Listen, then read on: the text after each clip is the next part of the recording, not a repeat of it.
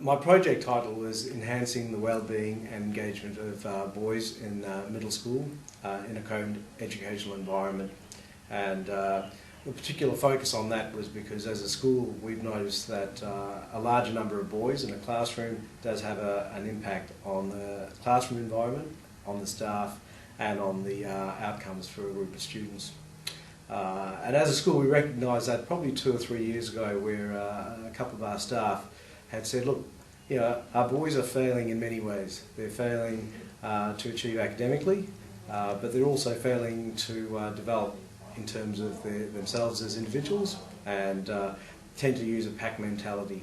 And with large groups of boys, particularly in a classroom but also in the yard, when you have a large group, they tend to huddle, they tend to be a pack, and that becomes intimidating for staff, intimidating for students.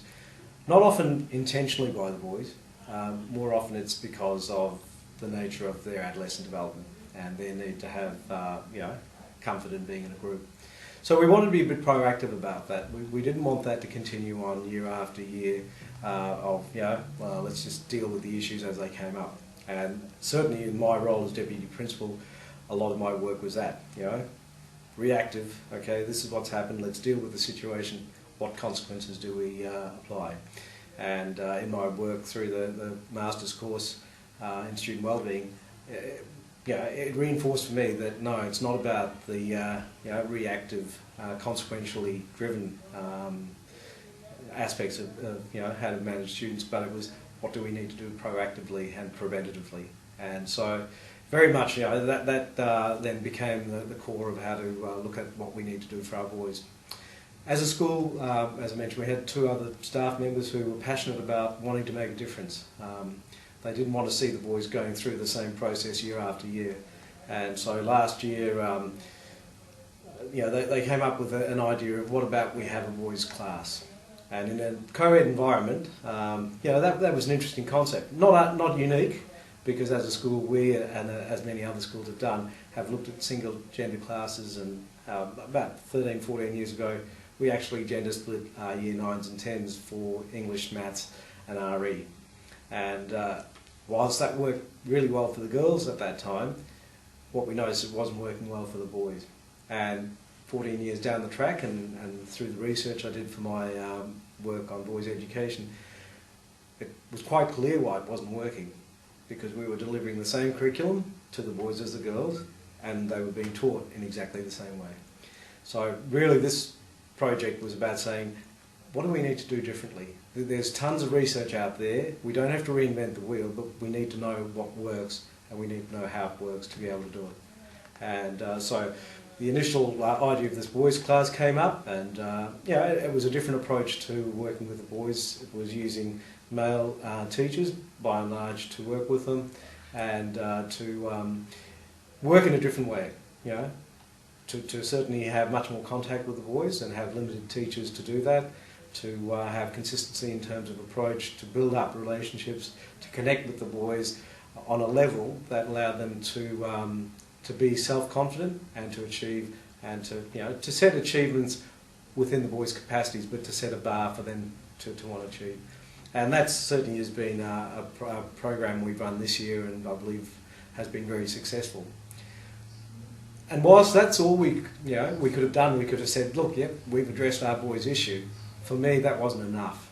So the focus of my project was, well, let's learn from what we've done and what's worked already, and now let's have a look at how we can use that to enhance and build capacity for all of our staff. Because I believe if we want to be enhancing the capacity for our boys and their achievement levels, then we need to do it across as a whole school. And so the thrust of my research then went into how do we build capacity in staff, and so my project really focused on that. One of the things that I identified very early in the piece is that we have a gender imbalance in our students, of up to, in some levels, 2/3 boys and a third girls. But when we then did a reverse analysis of that about the staff ratio, what we found was actually we have 2/3 female staff and a third male staff. And so when I was reading up and researching the material, I thought, how much has this got to do with gender? How much is this about male teachers being good for boys and female teachers being good for girls? And I think what came out of my reading and research on it was that, in fact, it's about good teachers.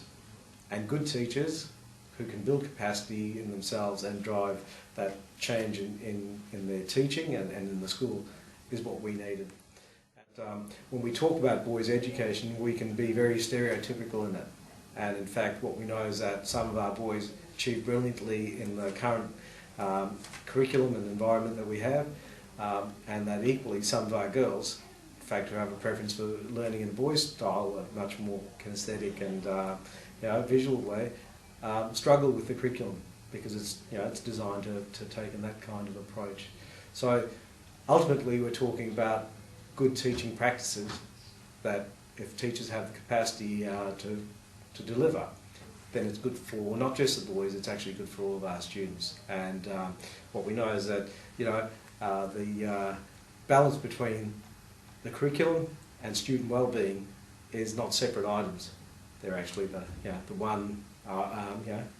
one concept that needs to be worked simultaneously. And when kids are happy, they learn well. When they're engaged and focused, kids are happy. So.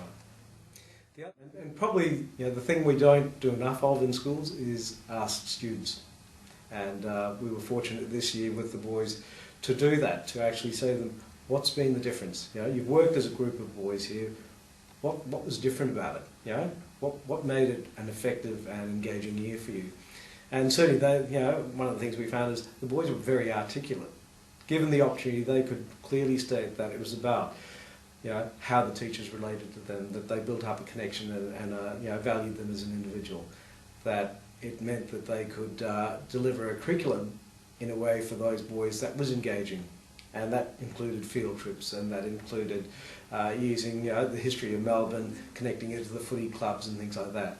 So for the boys, it was very much the experiences in their learning that then cemented together all the other aspects of the curriculum. So the NIDAL program, which was derived from a Latin word, and it had many meanings, but its central meaning is about strength and courage and determination of your future and independence and so forth, but also working in community, was a title that the two staff members here decided would be appropriate for this fairly unique class and group that they were putting together. And it was very much a program in partnership with the parents and the students.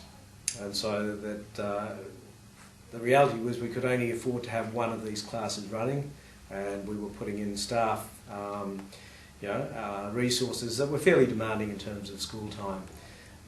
So the process really was about engaging with the parents and the students to say, well, here's what we can offer you. This is about providing engagement and